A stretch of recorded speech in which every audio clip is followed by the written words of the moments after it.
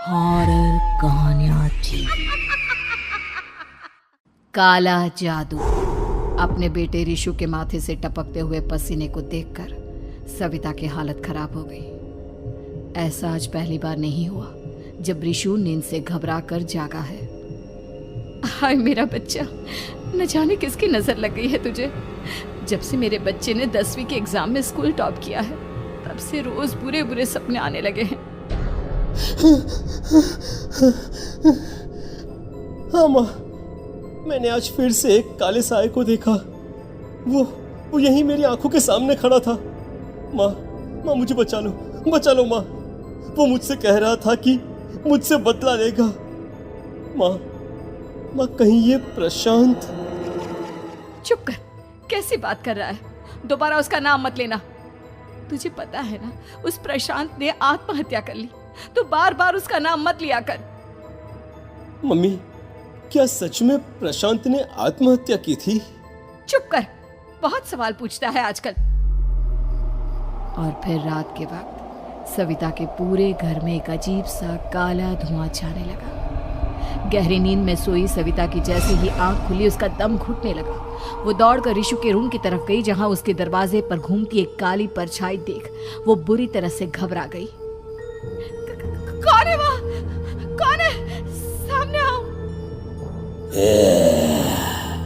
ये मैं हूँ, तुम्हारी काली करतूत।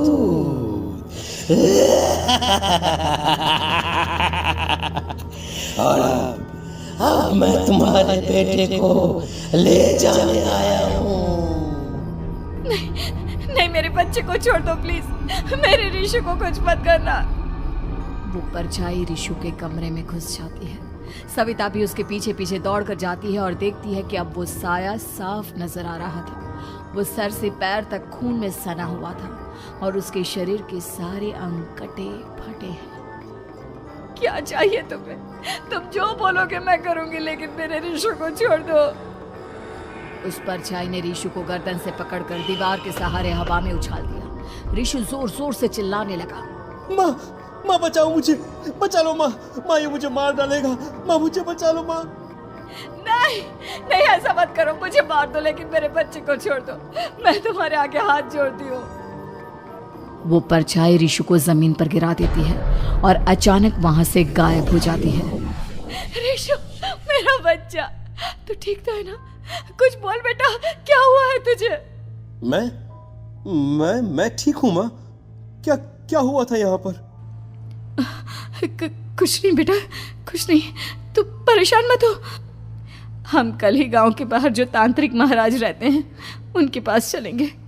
ठीक है माँ, हम जल्द ही उनके पास चलेंगे। मुझे बहुत डर लग रहा है माँ।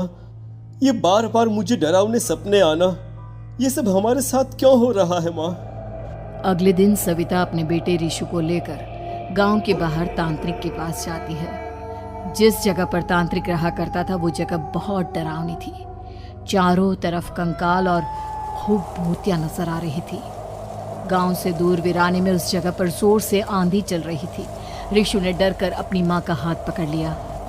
माँ मुझे बहुत डर लग रहा है। ये कैसी जगह है? देख बेटा, हमारे साथ जो कुछ भी हो रहा है उसका इलाज सिर्फ और सिर्फ ये तांत्रिक महाराज ही बता सकते हैं।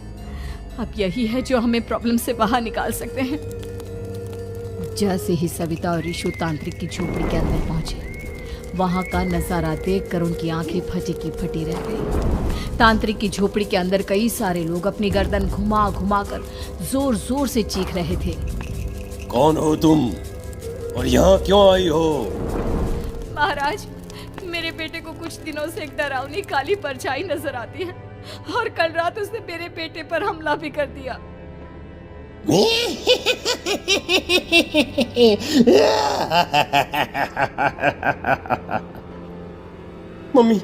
मम्मी हमें यहाँ से चलना चाहिए। ये जगह मुझे ठीक नहीं लगती। नहीं बेटा, ऐसा नहीं कहते। रुक जाओ, 2 मिनट के लिए रुक जाओ। क्या कहा? काली परछाई? तुम्हारे बेटे पर किसी काली परछाई ने हमला किया? हाँ महाराज, वो कह रही थी कि वो मेरे बेटे को कुछ कर देगी। कोई उपाय बताइए महाराज। मेरे बेटे के साथ कुछ गलत नहीं होना चाहिए। तुमने किसी दूसरे के साथ गलत किया है तो तुम्हारे साथ भी गलत होकर ही रहेगा। तुमने किसी की जान ली है, किसी को मार डाला है तुमने। नहीं महाराज, मैंने ऐसा कुछ नहीं किया। मैंने किसी की जान नहीं ली। मुझे कोई उपाय बताइए। लगता है तुम इतनी आसानी से नहीं मानोगी। मैं तुम्हें अभी उस काली परछाई से मिलवा देता हूँ और वही सारा सच तुम्हारे सामने लेकर आएगा। सविता और ऋषु ने डर के मारे अपनी आंखें बंद कर ली। तभी अचानक तांत्रिक की झोपड़ी में अजीबोगरीब आवाजें गूंजने लगी। सविता और ऋषु बुरी तरह से कांप रहे थे। आंखें खोलो और अपने सामने देखो। क्या यही है वो जिससे तुम कल रात को मिली थी? बताओ मुझे। हाँ, इसने कल रात मेरे बेटे के ऊपर हमला किया था। ये उसी लड़के की भटकती हुई आत्मा है जिसे कुछ दिन पहले तुमने मार डाला था। मम्मी ये महाराज क्या कह रहे हैं? क्या सच में आपने किसी की जान ली है, किसी को मार डाला है? अगर हाँ तो बताइए ना मम्मी, किसको मारा है आपने? किसको? तुम्हारी माँ इतनी आसानी से सच नहीं बताएगी बेटा। इसने एक बच्चे की जान ली है। कहीं उसका नाम प्रशांत तो नहीं महाराज? वो मेरा दोस्त है, मेरा मतलब मेरा पड़ोसी है। सही पहचाना। देखा सविता, तुम्हारा खुद का बेटा भी जानता है कि तुमने किसी के प्राणों की बलि चढ़ा दी और इसीलिए अब उसकी बुरी आत्मा तुम्हारे घर में भटकती है। मुझे माफ कर दीजिए महाराज, मुझसे बहुत बड़ी गलती हो गई। प्रशांत हमारे पड़ोसी का बेटा था। हर बार उसके नंबर मेरे बेटे से ज्यादा आते थे और इसलिए मैंने उसके कमरे के बाहर काला जादू किया था, पर मुझे नहीं पता था कि वो मर जाएगा। तुम्हारे उसी काले जादू वाली गुड़िया के अंदर एक बुरी आत्मा थी जिसने उस बच्चे के दिमाग पर बुरा असर कर दिया और उसी की वजह से उस लड़के ने अपनी बालकनी से कूदकर आत्महत्या कर ली। इसकी वजह सिर्फ और सिर्फ तुम हो, तुम। नहीं महाराज, जो कुछ भी हुआ मुझे नहीं पता था कि प्रशांत अपनी जान दे देगा। प्रशांत की आत्मा इस वक्त तुम्हारे सामने खड़ी है, हमसे बात करना चाहती है। बोलो क्या कहना चाहते हो? मैं जीना चाहता था, बड़ा होकर कुछ बनना चाहता था। आपके बेटे से मुझे कोई परेशानी नहीं थी। अरे वो तो मेरा अच्छा दोस्त था। मुझे माफ कर दो बेटा, मुझसे बहुत बड़ी गलती हो गई, मुझे माफ कर दो। माफ करने से मुझे वापस जिंदगी नहीं मिल जाएगी। मेरे माँ बाप आज भी मेरे लिए रोते हैं। आपने मेरे साथ बहुत गलत किया है, बहुत गलत। और तभी अचानक प्रशांत की आत्मा वहां से गायब हो जाती है। सविता जोर जोर से रोने लगती है। सुन लिया तुमने? ये तुम्हारे अपने ही किए हुए पाप हैं जो इस तरह से तुम्हारे सामने आ रहे हैं। माँ, ये आपने अच्छा नहीं किया।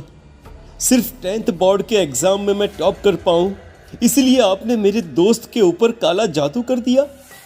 नहीं मम्मी नहीं, अब हम कभी खुश नहीं रह पाएंगे, कभी नहीं।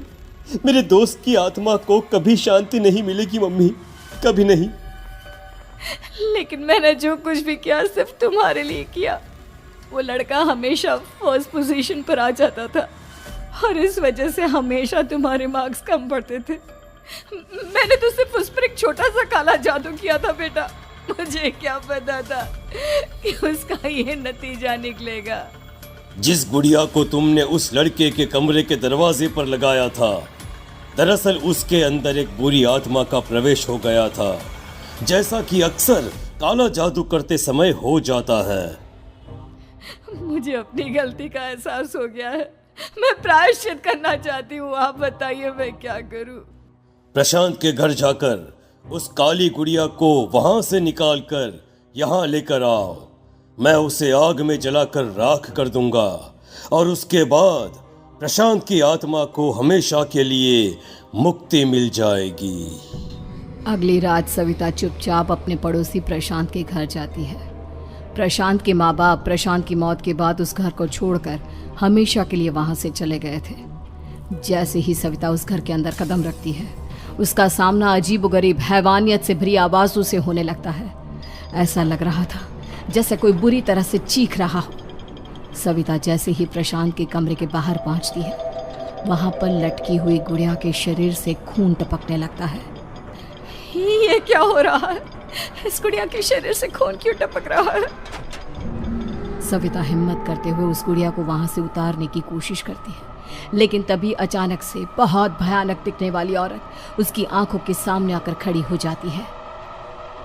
मैं यहाँ से कहीं नहीं जाऊंगी, और अगर तूने मुझे यहाँ से हटाने की कोशिश की तो मार डालूंगी मैं तुझे। नहीं नहीं, मुझे तुम्हें यहाँ से ले जाना ही होगा, नहीं तो मेरा बेटा, उसकी जान को खतरा है। मैं तुम्हें नहीं छोड़ सकती। अगर तुम्हारे अंदर हिम्मत है तो मुझे इस घर से बाहर ले जाकर दिखाओ।